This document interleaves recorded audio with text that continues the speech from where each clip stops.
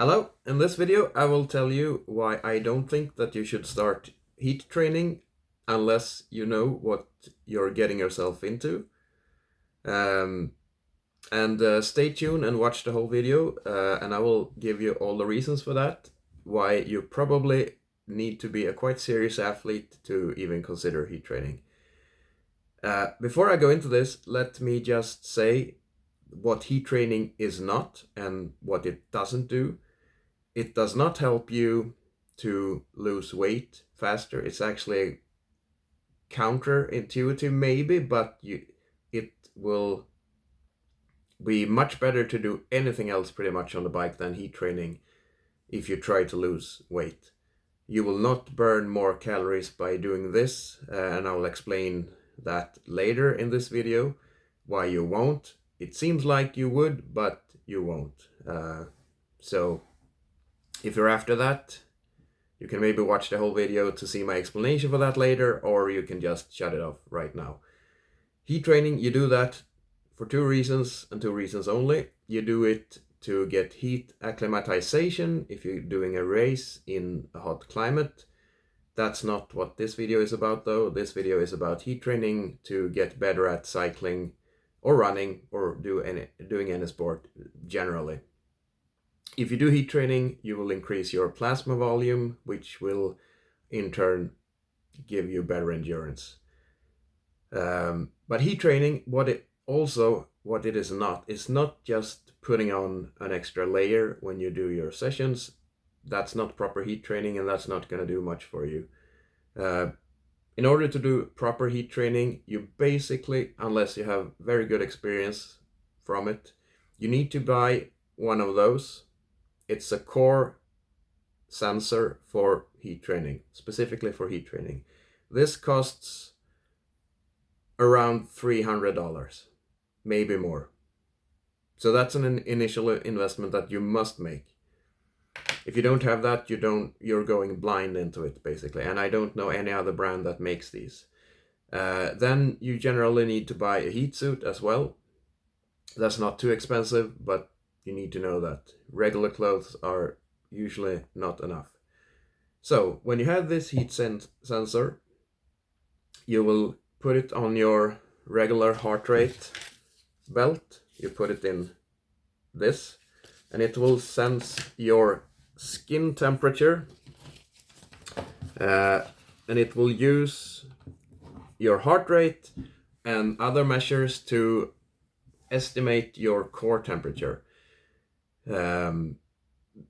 Through the app, it will put you in different heat zones. The aim of every heat session is to get into heat zone 3 and then stay there for 20 minutes. And to be able to get into heat zone 3, you usually need to go not super hard, but you need to go usually in zone 3, and you need to be in a warm room with warm clothes on, usually a heat suit. And that, for me, usually takes around 20 to 30 minutes just to get to heat zone 3. Once you get there, you're going to stay there for 20 minutes. And those 20 minutes can be okay. They can be pretty painful as well. Sometimes you feel like you're dying. This device helps you know when you are in heat zone 3. And it also helps you, so you know when you are warm enough in your core temperature. If you would just guess, you don't know if you are in the correct heat zone. And usually, I guess most people would be like me. You think that you are in the correct heat zone when you're not even close to it. Yeah, I'm pretty warm now. This is pretty painful. I'm pretty warm. You look in the app and you're nowhere near being where you are. So just putting on an extra sweater is not going to put you into heat zone 3. You need to go pretty hard, and you need to be pretty warm, and you need to do it for at least 20 minutes, usually 30 minutes to get there. Then this device and its app also tells you if you're starting to leave heat zone 3 and go into heat zone 4, where you don't get more benefits by doing that, but recovery time is exponentially increasing, and you risk some health issues as well if you go over heat zone 3. However, that has not been an issue for me, and I haven't been that close really to doing that when I spend 20 minutes in heat zone 3. So at least 20 minutes to get there, at least 20 minutes in the zone, and then you should spend, I think, at least 5 minutes to cool down afterwards. So the minimum amount of time that you will spend doing a heat session is 45 minutes, but you usually spend up to an hour when you do this session. And now to the thing that you really need to pay attention to. When you start doing this, you need to do probably 5 heat sessions. Some can get away with 4 heat sessions a week, but you probably 5 heat sessions a week. And you need to do that for around at least 4 weeks, but usually 5 weeks. So that's a very high investment that you're doing in your time. And remember, you probably want to do other sessions as well. So the heat session is just on top of your normal training. So that's quite an investment in time and energy that you have to put down to even build up, where you need to be. Then after you have done that, you need to maintain it. You need to do it 3 times a week, 3 heat sessions a week afterwards. And you need to keep that up. If you just stop doing this for, 2 weeks, maybe 3, but they say usually 2 weeks, you lose everything that you have built up and you have to start all over again. So even if you're into racing season like I am now, you need to do 3 heat sessions a week. If you get sick, too bad. You're probably gonna lose everything that you built up, because you definitely should not be doing heat sessions if you have a fever. So you have to ask yourself, am I willing to do it 5 times a week for 4 or 5 weeks and then forever keep doing it for 3 times a week, with the risk of losing everything that you have built up? And you also need to buy this one, which cost you $300.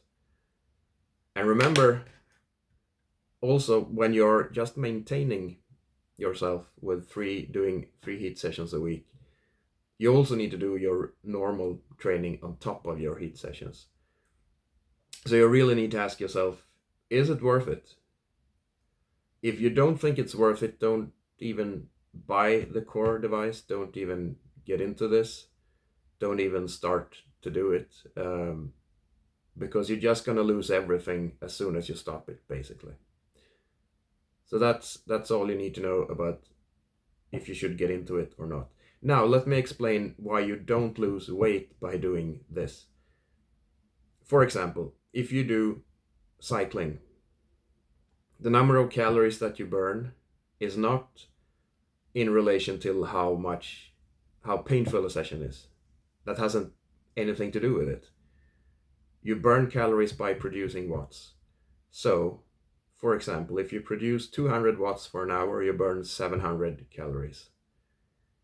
If you produce double that, you burn double the amount of calories.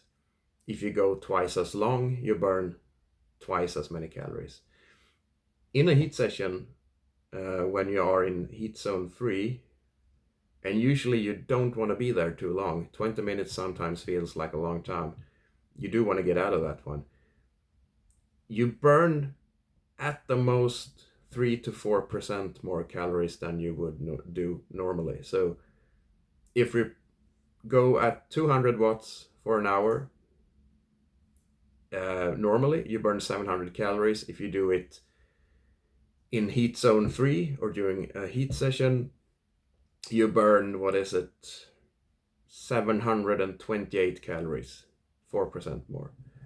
So you burn 28 more calories in an hour, and it's much more painful, I can tell you that. If you would just go 210 watts for an hour instead of 200 watts, you would burn 35 calories more instead of 28. So just or if you would just go 5 minutes later, 5 minutes more, 65 minutes instead of 60 minutes, you would burn more calories than you would during heat training. So heat training is a worthless thing to do if you're looking to burn extra calories. It's not worth it. Just do it normally, do it with all the fans on. Just do 5 minutes more or 10 watts more if you're doing an hour, and you will burn more than during a heat session. Same thing if you're running, you burn 1 calorie per kilogram of body weight per kilometer. So if you weigh 70 kilos and you run 10 kilometers, you will burn 70 times 10, so 700 calories. That's the mechanical cost of going that distance at that body weight. Doing it in the sun, in the heat, is not gonna do much more than that. It's gonna maybe give you 3 or 4% more.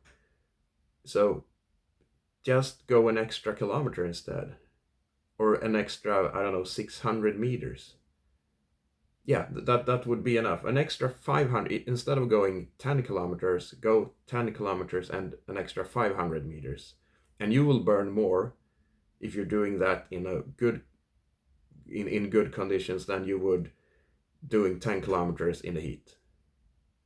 So you need to understand that the amount of energy that you feel that you have to use to get through a session does not correlate to how much energy your body actually uses to get through a session. Heat session is worthless for anything else than heat acclimatization and to increase your plasma volume.